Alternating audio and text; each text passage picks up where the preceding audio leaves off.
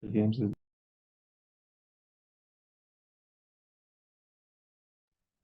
28.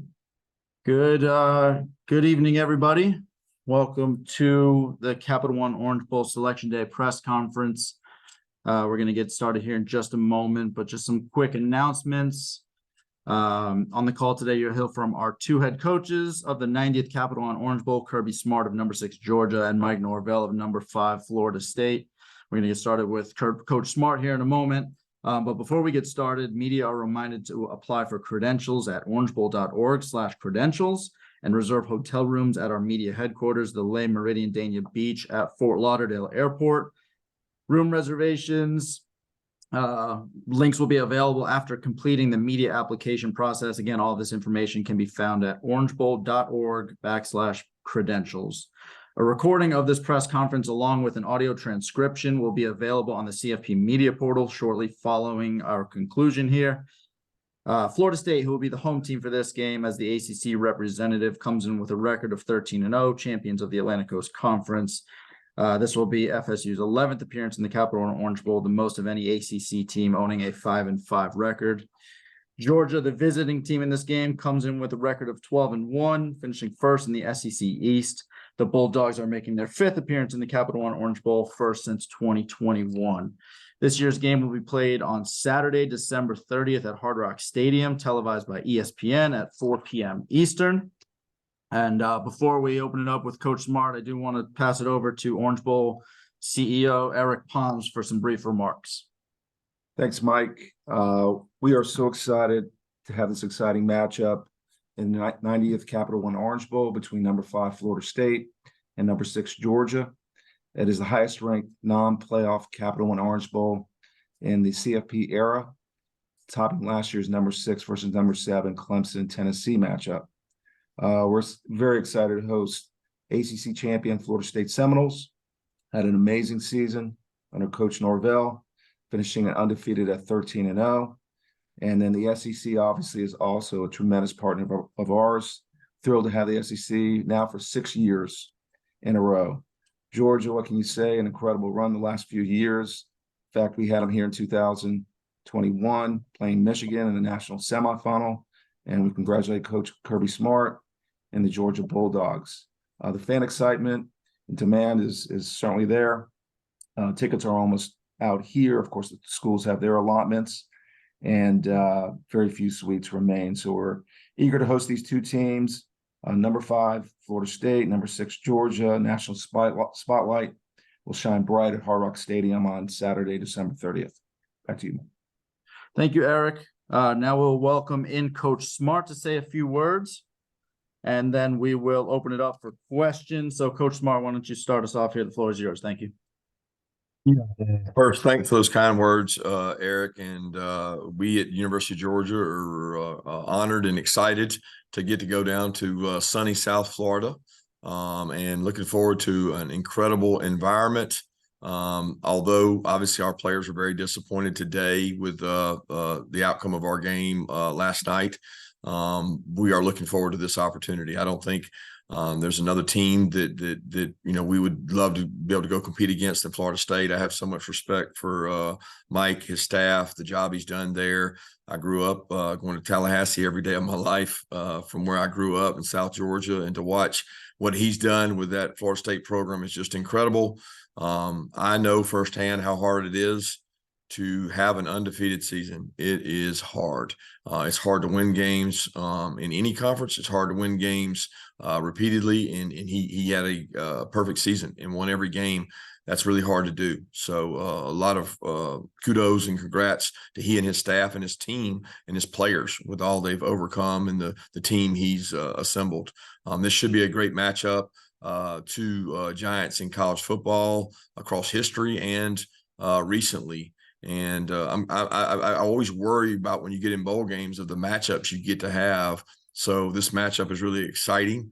And I know our players are pumped and excited when they found out today who we get to play. And the Orange Bowl is one of the best bowls we've ever been to in terms of the sunshine and the beach and getting to enjoy it and being in sunny South Florida. So major congratulations to FSU and Coach Norville and his staff, but also to the Orange Bowl committee and the people that host the Orange Bowl. Our players are looking very forward to it.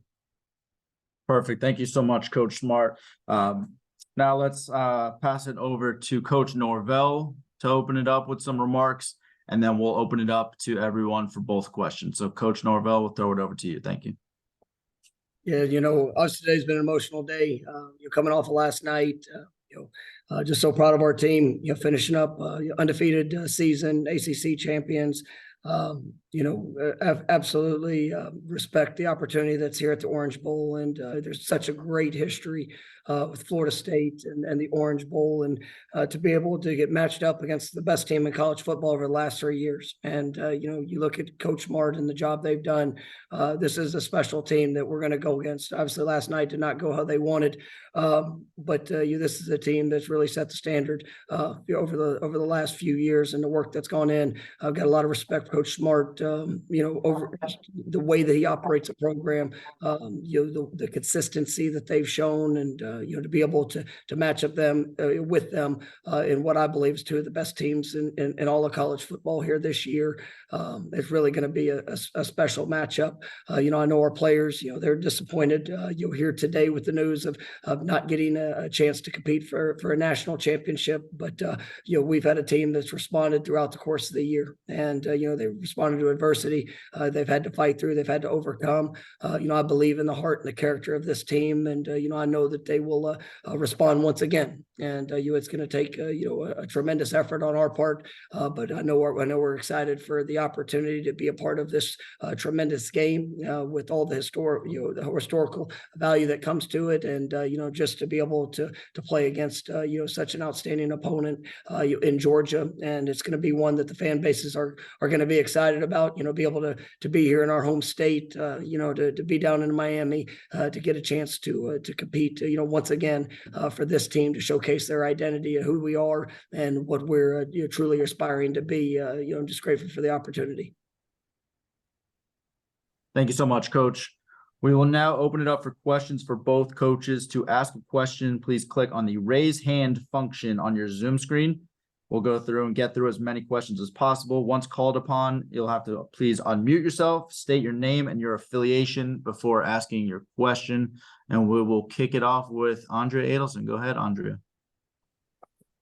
Hi, this question is for Coach Norvell. Mike, we saw your reaction on television when Alabama was placed into the number 4 spot. I was just wondering if you could tell us what was going through your mind in that moment when you put your head down, and then what you said to the team afterwards.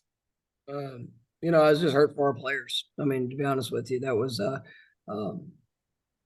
it's one of the tougher moments I've had to experience, and just for all that they've done. You talk to a team about responding to adversity, getting up and going to give all that you can to be able to find a way to win a college football game. And like Coach Smart said, it is hard. I mean, it's hard to do. It's hard to especially when you face some of the adversities that we've had here this year, whether it's injury or just different things to overcome. But it's all part of it. And, as we tell our team all the time, your truest identity shows up in times of great adversity, and we faced it, and, they put it on display. So that was really that feeling in the moment. And with all due respect to, I put out a statement about the committee and my feelings on that decision. Out of respect for the Orange Bowl and the opportunity we have, I would like to keep any questions focused on this matchup. And obviously, if there's any other follow up at a different time, I'll be welcome. But let's respect the Orange Bowl and the opportunity that we have here, not so much on the decision of the committee. Thanks, Andrea. Next, we will go over to Mike Griffith. Mike, go ahead.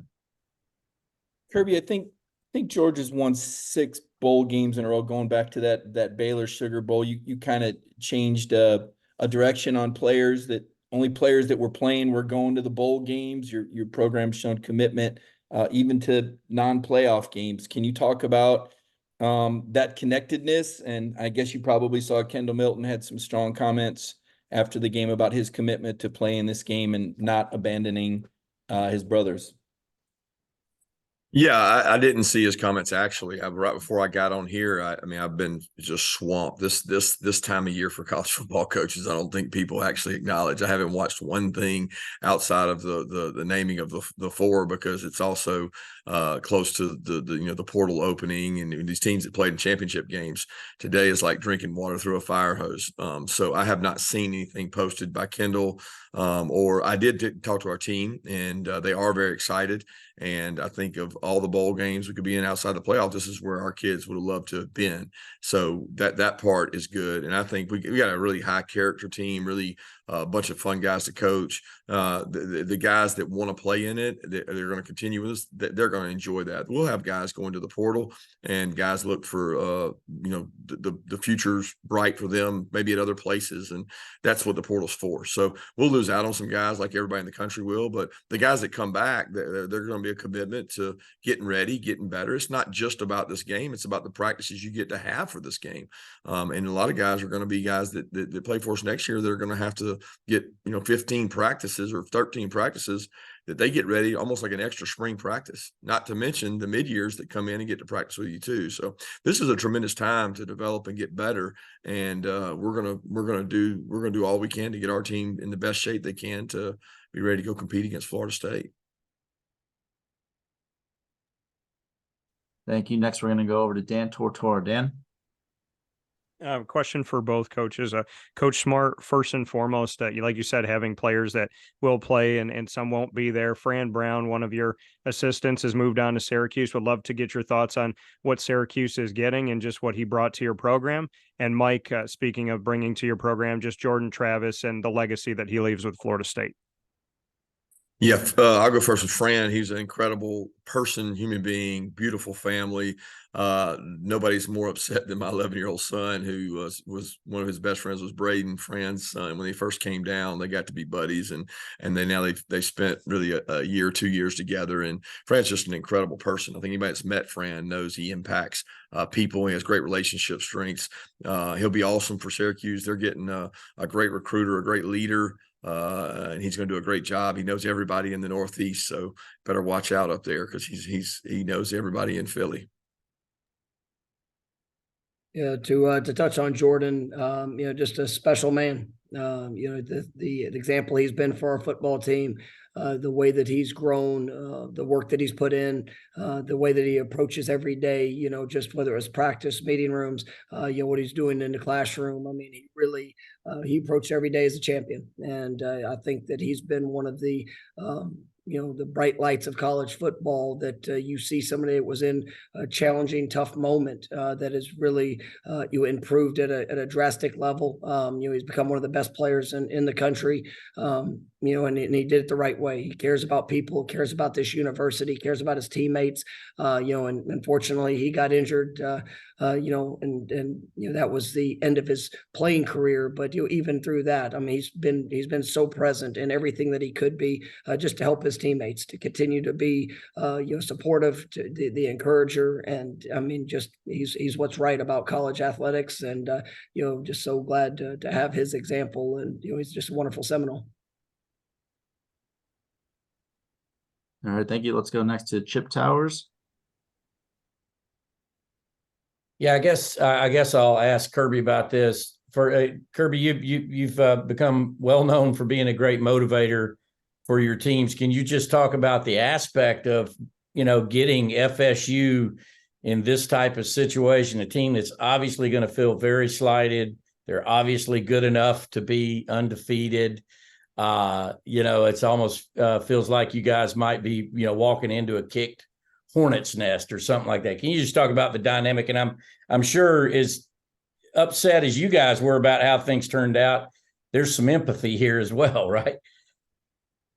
Yeah, I mean, I empathize with anybody that goes undefeated and doesn't get in. I empathize with our players because I personally feel like we deserve to be in. So, I mean, we've got a really good football team, and we're considered #1 in the country all year, and then fail. So, we got a hornet's nest around here too of some players that are disappointed too. So that works both ways. The good news is we got each other to go play, and I know they'll be up for us, and we'll be up for them. You worry a lot more when you have a matchup that they might not look us forward to. And I don't know who that would be because it shouldn't be that way, but it is that way. And I've learned that. I also think that it's a time for coaches to grow their team, grow their roster, and grow the depth, and still get to play in a game. But we're going to have kids that didn't play a lot during the year. They're going to have an opportunity that we're getting better at the end of the year. That are going to get a chance to play because of the redshirt rule and things. The postseason play. So I'm excited about those opportunities. But I know our kids. I know FSU is going to be up for us, so we're going to rely on each other to have that, to be able to go out and play a great game. And look, nobody knows better the Ford team. I don't know if this is correct, but I think we've been 5th or 6th or finished 5th or 6th more than anybody, and that's tough. It's tough. I can't imagine it being undefeated, but it's tough when you finish 5th or 6th, one out of it, because there's always a case for being in it, and we've been there. I know maybe 2 or 3 times. All right, thanks. We're going to go next to Mark Stallworth. Go ahead, Mark. All right, good evening, coaches. My name is Mark Stallworth. I'm with the Miami Times newspaper. I have a question for both of you all. Can you just touch on the significance of this being the 90th Orange Bowl, as well as the impact that this may have on recruiting? I know you guys are impactful in the transfer portal, but just high school recruiting and the outcome of this game may have totem poles regarding that. Well, I mean, I just believe that the Orange Bowl, I mean, it's a special game, and the impact not only of the game and the event, but really of the whole week, and the impact in South Florida to the community. And that's one of the things as you get to experience as you're down there recruiting. You see just what the Orange Bowl does to to the youth sports programs, to helping facilitate opportunities for young kids that you have a dream of becoming college football players, to come to a Florida State, to go to Georgia, to have the open doors of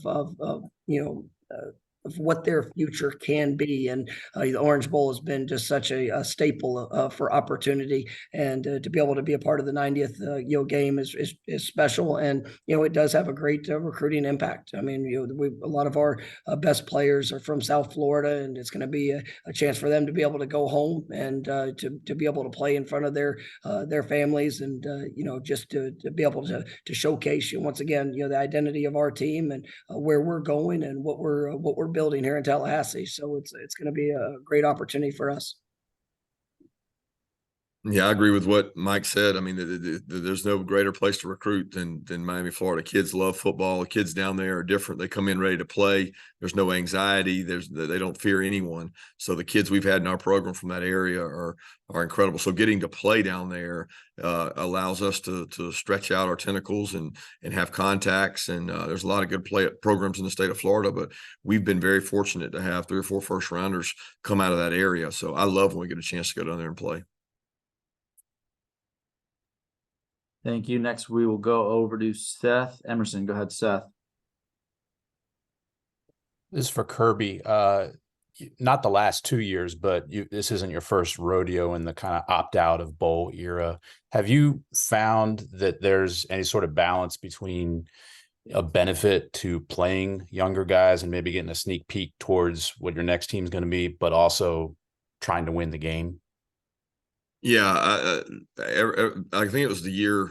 I don't know if it was the Texas year. I don't remember what year it was, Seth. But man, we had it was a struggle. It was tough. It was there was a lot of disappointment, I think, and we just took the motto that, hey, you're either in or you're out, man. It's that simple. We're gonna go compete. We're gonna go practice. We're gonna have our practices and get after it after a long, tough, grueling year with a championship week on top of it. But this is what we're gonna do, and we're gonna practice this many times, and you're gonna buy into it or you're not. And that's how the teams win. It's how you win, is be committed to the cause and be all in on it. And if you're wondering or trying to decide, then you probably don't need to. That forces you to play some younger kids, especially with the timing of the portal now. I mean, this thing is people really don't understand what's going on in college football right now. So with the timing of that and the ramp up of number of kids entering in general, you can't even play the game without playing some new faces. So I don't even know what that looks like right now for us, but I'm sure there'll be some guys take on some roles that they're moving towards next year. Thanks, Coach. All right, we got time for just a few more. I want to be respectful to both these coaches' times. Let's go over to Connor Riley. Go ahead, Connor. Yeah, this is for both coaches. With how close you guys got to this year to getting into the playoff, and obviously both feeling like you're deserving participants, does that make you look forward next year to a 12-team playoff more, and maybe even wish that you had a 12-team playoff this year to participate in? Go ahead, Mike. Yeah, I mean, I think that we don't have an opportunity to compete for a national championship when you have a year that like we and we had and that Georgia had. I mean, it is disappointing. You look at this Georgia team, and I'm gonna say it for Coach Smart, you go undefeated throughout the regular season, you lose in a conference championship game by one score, and that be the end of your opportunity to win a national championship. It's hard, for us, we go undefeated throughout the season and, accomplish, the things that we did. It's, you try to teach players, about response. You try to teach players about consistency, the things that you want to see them grow and build in. And, knowing that next year it will be an expanded opportunity when teams compete at this level that both of our programs have been able to accomplish this year. There will still be that avenue, but it is what it is this year. Obviously we can have our disappointments, but like I said, respect the opportunity that we have. And of all the games that are out there in this bowl season, there's not one that will be more exciting or probably more anticipated than having these two teams, because like I said, this is it's a special group and a lot of great players on both sides, and I think coaching staffs that respect each other and how they go about their business. So it's going to be a fun one for our players to compete in. Obviously the venue and this bowl game is special, and but absolutely that next year with 12, I mean, it's going to open those doors for the best team to really be able to prove itself out there on the field when they put themselves in this situation.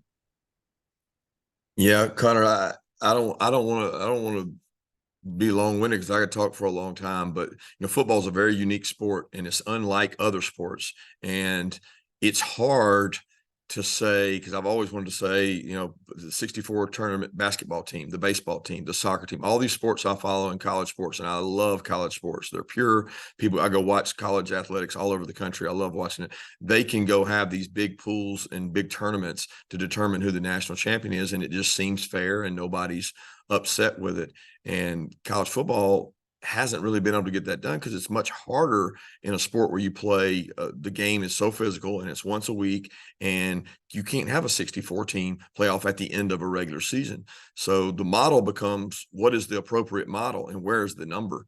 And they've landed now on 12. There will be a debate over who's 13, 14. There'll always be that debate. I certainly don't think it will be an undefeated team that gets left out of that. It may be from a non-power 5, but when you look at it and you say the playoff model that the NFL's put in place, it's earned on the field. They have a lot more parity than we do. There's 8 and 8 teams making the playoffs, and their schedule gets set for them from a league. And the schedule's set that way, so there's a little more balance when it comes to it. But if you look at the bigger picture, until it's regulated by some supreme body, it's probably not going to be balanced. It's going to be led by conferences that are merging together in different forms, and you're never going to be able to have a long tournament because people can't play these number of games that long. So we'll find out how the 12 works. Certainly would have been good for Georgia the last 4 to 5 years, because we'd been in the hunt. We would have had a shot, just like FSU this year. So we'll see where it goes in the future. All right, we got time for one more question. Allison, go ahead, Allison. Hey, Allison Mastrangelo, WSB in Atlanta. Kirby, this one's for you. I didn't know how many guys are you expecting maybe to not play in this game? And when do you have that conversation with the guys about when they'll play and when they will not play? Allison, it's probably going to happen throughout the week. They need some time to decompress. I mean, I'm not expecting anyone to not play, to be honest with you. But when that conversation comes, we'll have those conversations with them. We'll talk to them. I know we'll have some enter the portal. Those conversations have been happening for several weeks now, leading up to this time. So we'll have guys enter the portal and opt to not play in the game, but I'll be honest with you, I'm really not stressing or worried about it right now. We've got a week to kind of get ourselves together, and our guys will take some time off, take a little break they need, and get back and get to working out and getting to throwing and getting some practice time. But it's not a major concern for me right now because I know that we have a good core of our team that's going to be there and want to play. I just don't have specifics though. All right, thank you, coaches. Best of luck in your preparations for the 90th Capital One Orange Bowl. Just a quick reminder for all media, apply for credentials and hotel reservations at orangebowl.org/credentials. And we're looking forward to seeing both coaches here this Thursday in South Florida, December 7th for the Capital One Orange Bowl kickoff press conference, which starts at Hard Rock Hotel Hollywood at 3 p.m. sharp. I see a lot of our local Miami, South Florida media on here, so we're looking forward to seeing you all out there on Thursday. That will conclude today's press conference. Have a great evening, and we'll see you all soon. Thank you again, coaches, and best of luck. Thank you.